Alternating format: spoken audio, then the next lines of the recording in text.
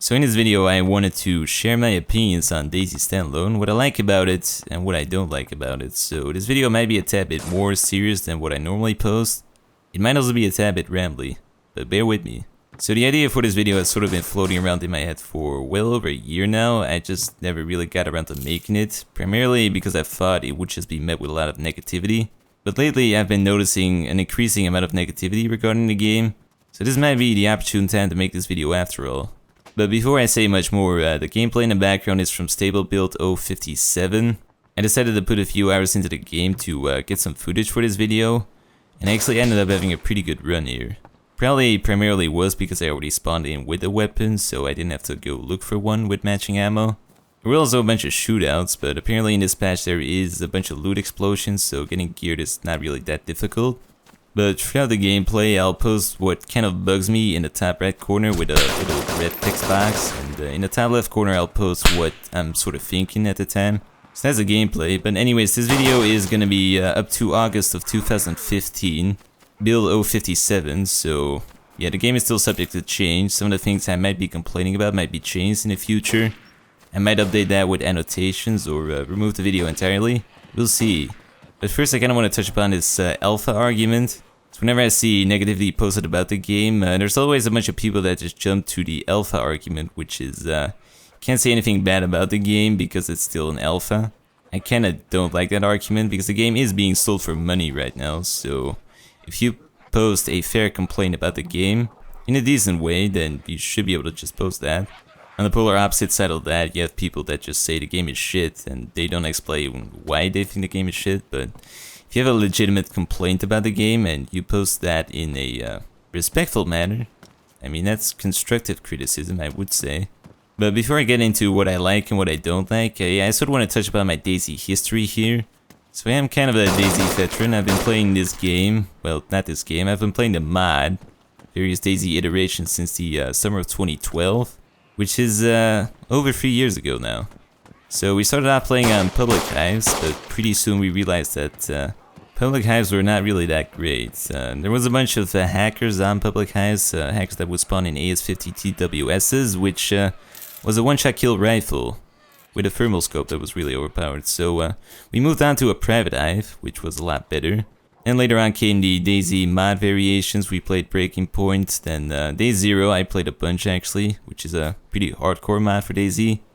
Also really well polished. Many people agree that that is actually the best DayZ mod out there. Also moved on to DayZ Overwatch, but after that DayZ Standalone came out. So in the beginning we played that a bunch. It was good fun. There was a bunch of new things to sort of check out, but there wasn't a heck of a lot to do actually.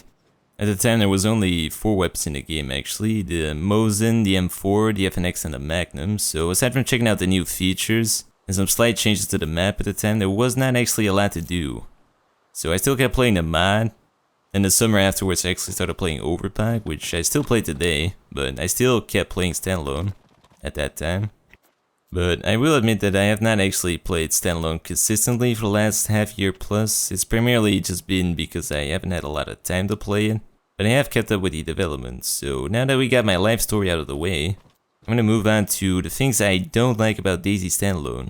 So I'm going to divide this into 3 categories: major frustrations, Arma frustrations, and minor frustrations that will probably get fixed. So the first and the last are pretty self-explanatory. For Arma frustrations, it's more of things that are Arma engine related, as well as things I sort of notice, having played Arma 2 and Arma 3 a bunch. So anyways, to start off with major frustrations, so first of all the zombies. The zombies in the Standalone and the mod are completely different, but the purpose they serve is kind of what I want to touch upon here. So in the mod, the zombies were not really a threat. In Standalone, they aren't either. But the thing about the mod is that you can actually use zombies to track down players pretty effectively. If you enter the town in the mod, you would spawn a bunch of zombies. So if you went running around, they would all track you down pretty much. And if you enter the building, they'd follow you inside, slowly, forming no real threat. If you had a pistol, you could take them out easily. But the thing is, if somebody was on the outskirts of the town, if they see zombies in the town, they would know somebody's there. If they see a bunch running down the street, they would also know that they're tracking down a player actively. As well as the fact that you pretty much had to shoot your pistol if it's a one-way building you were inside of, so The zombies in the mod greatly helped drive PvP. You could really use them to track down players, and this is something that the standalone really does not have. Very rarely do you see zombies running after players, and if you see a bunch of zombies in the distance, it doesn't really tell you much of anything. In fact, that's one of my main gripes with the standalone. It's really difficult to track down players, because there is a bunch of melee weapons as well. If players do decide to take out zombies, which is not even necessary anymore because you can just close doors, they will just use a melee weapon instead of shooting a pistol, so there's really no reason in the standalone to shoot your weapon, aside from wanting to kill an animal at range or a player.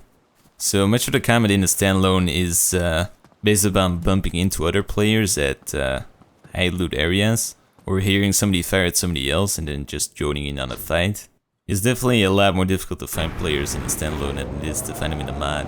And the second major frustration I have with this game, it's to do with people turning into stick figures at range. So player models load in very differently in the standalone than they do in Arma 2. In Arma 2, I would say it's actually too easy to spot players at range because every object sort of becomes blurry and starts disappearing at range, whereas in the standalone, people also start disappearing. In Arma 2, that's really not the case. In Arma 2, you can clearly see players beyond 500 meters, but in the standalone, it does something weird. If you have low objects detail, people actually turn into little stick figures. The thing is, you kinda need to have low object detail in order to get FPS in cities. It's kind of a trade-off when you think about it. If you turn up your objects detail too high, you know you will be able to see players better at range, as well as being able to see through windows in cities.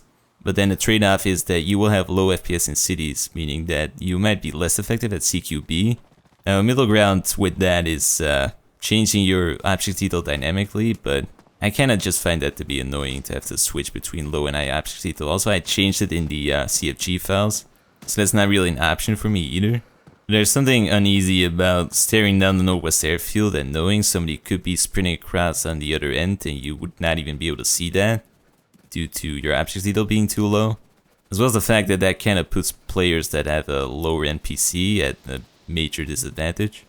Honestly, I don't really have a solution for this, nor do I know whether or not it will actually get fixed at some point, but I do find it to be an issue. I will say that in Arma 2 it's way too easy to spot players, and I've not really played Arma 3 enough to really judge that, so I don't have a solution here. And thirdly, being unable to pick up items and items disappearing when you drop them inside buildings is still really clunky. I mean, in Arma 2 it's pretty clunky as well, but at least there you could create a loot pile where everything would be contained. In the standalone, you'll have these occasions where you see an item on the floor and you cannot pick it up unless you pull off some magic tricks. Sometimes you're able to pick it up, but sometimes it's just impossible. Then dropping the items, that's pretty self-explanatory. You just drop an item somewhere and it just disappears. Or it's somewhere else entirely, but it's not really consistent and still really clunky. Then I have a major gripe with the reloading system in this game. So I do like that this game has magazines as well as individual rounds, but I find the reloading in this game to be absolutely horrible. My primary example is when you're using an SKS or a Magnum. If you want to reload that thing, you have to go over to your weapon, right click it, eject the rounds, then find some new rounds in your inventory, drop that onto your weapon, and then select load ammo. So if you're in a gunfight and you want to reload, it's not really something you can do that easily. You kind of have to run away entirely and pull that maneuver off. So some people say that that is more realistic, and that sort of mimics real life reloading, but in all honesty, and I will say I've not shot any real life weapons nor gotten shot at in real life. I mean, I live in Europe, but I would like to think that in real life even a civilian would know where they place their handgun rounds, and if they get shot at and they want to reload their weapon, they'd simply be able to eject the shell cases, find the ammo in their pouch, pocket, or whatever, and just place them in there instead of having to fumble around with mouse clicking. So I don't really find it to be that realistic. Then again, some of these things are my personal preference and things that I don't like, but I find the reloading system in this game to sometimes be absolutely horrible. Now, a solution for this is to spawn more magazines. The Magnum issue could simply be fixed by having a bunch more speed loaders around, but the thing is, magazines seem to be really rare in this game. SKS clips as well, so if you get an SKS, 9 out of 10 times you're gonna have to reload it really awkwardly, but if you have a clip, you can simply press R to reload, which is just wonderful. I prefer that a bunch more than having to go through my inventory and do it that way, but again, maybe personal preference. Then lastly, and I sorta just already touched upon this, but it's the difficulty of finding a weapon with the right ammo type as well as the magazines. So in the DayZ mod, if you found a weapon, there was a good chance that there would be magazines around that weapon, and you'd be able to use it. The thing about the standalone is that the weapon spawns individually, so even if you spend about an hour looking around for a weapon, you might spend another hour looking around for the right ammo type for that weapon. And then depending on what weapon it is, you might also need to find a magazine to have that weapon be any use to you. Say the CR carbine or the Sporter 22, those things are pretty worthless without a magazine. Unless you just want to keep chambering it, but then with the chambering you get back to the issue of the clunky reloading system. So I kind of find that to be an issue, so I would prefer it greatly if weapons were to spawn with magazines and actually have a decent chance of spawning with some ammo. But again, some people might find it to be more hardcore if weapons are really difficult to find. I don't, I kinda just find it to be boring, but again, you might not agree with me on that. But that's the major frustrations out of the way, so now we're gonna move on to Arma frustrations. So something which I find to be annoying is that there's no offline environment to really test out these things. I mean, finding certain things is kinda difficult. Say you have no idea how a landmine works and you find one in-game. You have no idea how to operate that thing and you might blow yourself up doing it. So if you were to have an offline editor environment like the Arma games have, you'd be able to test it out on your own. Safely, you could say. Now I know there's no editor because, well, they want to decrease the amount of hackers, but the thing is there are still hackers in the game. So ideally I'd like to see an editor. I know it's probably not going to happen, but that's also sort of coming from an Arma person. Because when you think about it, DayZ Standalone is just a really locked down, buggy version of Arma. And secondly, the static animations. Now, these have actually gotten a tad bit better compared to the mod, as well as Arma 3. You can now run around with your inventory open and do a bunch more things, and actually cancel animations. But there is still a bunch of static animations. But for example, if you have a melee weapon equipped and you raise that melee weapon to swing it, if you then run around and you try and unequip that, you have to go through a static animation. Whereas if you had that axe equipped in such a way that you cannot swing it, you know, you have it lowered, then you can actually run around and switch it out. So sometimes it just gets clunky that way. So they've definitely already gone a long way with this, but it could still use a lot of improvements, definitely. And then lastly, desync. So this is definitely an Arma thing, and it will probably never fully get fixed, but it's getting killed around corners, it's getting teleported back, it's eating food and having to wait for it to finish, and then it doesn't finish. There's things like that. But it definitely gets more and more noticeable in DayZ Standalone with picking up items and having to perform player actions. The desync starts to get to you a tad bit more than just playing Arma. But then we move on to minor frustrations that will probably get fixed at some point. I think some of these things might actually already be fixed in 058, which is the current experimental build. Yeah. But as I said in the beginning, this will only touch upon 057. So the first thing is body sliding down a hill. So in the standalone there is ragdoll, which is a step up from Arma 2 definitely. But when you shoot somebody on a hill, they have a tendency of sliding down like it's a water slide. Which wouldn't be so bad if you were still able to pick up their gear, but the thing is you're not. Yeah. So if you run to the body, you have no gear option. And if you run back to the weapons, there's no gear option there either. So in the end you shot somebody, they do a belly flop and their gear is gone. Which is kind of annoying. Then it's the random server sounds, so this has been in the game for a really long time. 058 will supposedly fix this. I cannot confirm this, but this really bugs me. So if you run around randomly, you hear like sodas opening, ammo combining, zombie sounds. Now these are not directional, these are global. But the thing is, it distracts you first of all, and secondly, sometimes you will phase out sounds that are actually directional, so it will mislead you. And this has nearly got me killed sometimes. But me doing YouTube a lot, it definitely bugs me maybe a tad bit more than the average person because I listen to so much sound. I pick up on these cues and I just hear them and they just slightly annoy me every time I just hear a random sound happen again, and then randomly again. And you hear another soda open just faintly, but it's weird because there's no sodas around. Yeah, this is a list of major points I had here. There is still some other points. Definitely if you watch the video in the top right corner, there is some things that kind of bug me there too.